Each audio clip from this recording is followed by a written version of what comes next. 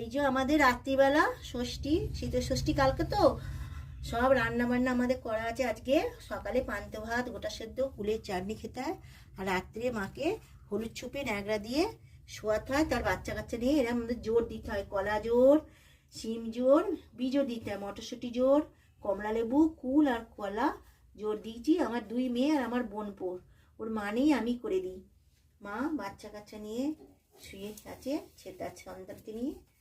মা গো, যা জেউলি জ্ঞাতি গোষ্ঠী সবার বাচ্চা কলজেরা হয়ে বাঁচিয়ে রেখো, ঠান্ডা রেখো, তার সঙ্গে আমার বাচ্চাদেরও মা বাঁচিয়ে রেখো, ঠান্ডা রেখো, কলজেরা হয়ে সবার মঙ্গল করো মা, তার সঙ্গে আমারও রেখো মা। ঘুমো, সবার ঠান্ডা করো, সবার মঙ্গল করো, সবার কোল ঠান্ডা রেখো মা গো।